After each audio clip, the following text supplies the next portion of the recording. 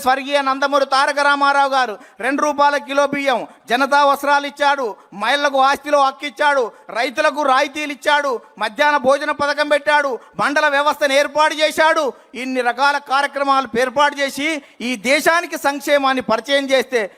ఆ తర్వాత వచ్చినటువంటి నారా చంద్రబాబు నాయుడు గారు విద్యార్థిగా, విద్యార్థి నాయకునిగా, గోల్డ్ మెడలిస్ట్గా, ఎకానమిస్ట్గా, ఎమ్మెల్యేగా, మంత్రిగా, ముఖ్యమంత్రిగా, ప్రతిపక్ష నేతగా,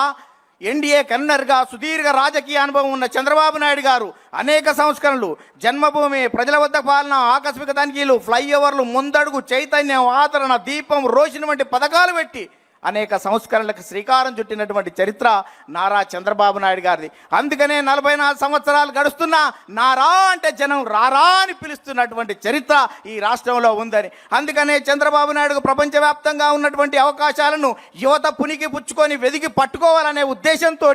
ఇవాళ విద్యకు ప్రాధాన్యత ఇస్తే ఇవాళ హైదరాబాద్ ఉమ్మడి రాష్ట్రంలో మైక్రోసాఫ్ట్ వచ్చింది, ఇన్ఫోసిస్ వచ్చింది, ఐఆర్డిఏ వచ్చింది, ట్రిపుల్ ఐటీ వచ్చింది, నల్సార్ వచ్చింది, నిఫ్ట్ వచ్చింది, ఇవాళ నేషనల్ కన్స్ట్రక్షన్ వచ్చింది, బయోటెక్నాలజీ పార్కు వచ్చింది, హైటెక్ సిటీ వచ్చింది, శిల్పారామం వచ్చింది. ఇవాళ భారతదేశంలో, ప్రపంచంలో తెలుగువాడి ఖ్యాతిని నలుదిక్కల విస్తరించినటువంటి చరిత్ర ఇవాళ చంద్రబాబు నాయుడు గారు తను ఈ సందర్భంగా గుర్తు చేస్తున్నాను. అందుకనే ఈ రాష్ట్రం విడిపోయిన తర్వాత కూడా ఇక్కడికి మనం ఐటీ గురించి ఆలోచిస్తే సార్ ఏఐ గురించి, క్వాంటం గురించి, ఇవాళ డేటా సెంటర్ల గురించి మనకంటే ముందు ఆలోచిస్తున్నటువంటి మీ నాయకత్వంలో ఈ రాష్ట్రం సుభిక్షంగా ఉంటుంది. తెలుగు జాతి కీర్తి కోసం మీరు ఎంత ముందుకెళ్ళినా మేము రావడానికి సిద్ధంగా ఉన్నామని ఈ సందర్భంగా గుర్తు చేస్తూ, యువ నాయకుడు నారా లోకేష్ గాలిపటంలా ఎంత గాలి ఎక్కువ వస్తే గాలిపటం పైకి ఎగిరినట్టు ఇవాళ అనేక రకాలుగా ఇబ్బందులతో ఎదిగినటువంటి నారా లోకేష్ గారి నాయకత్వంలో భవిష్యత్తులో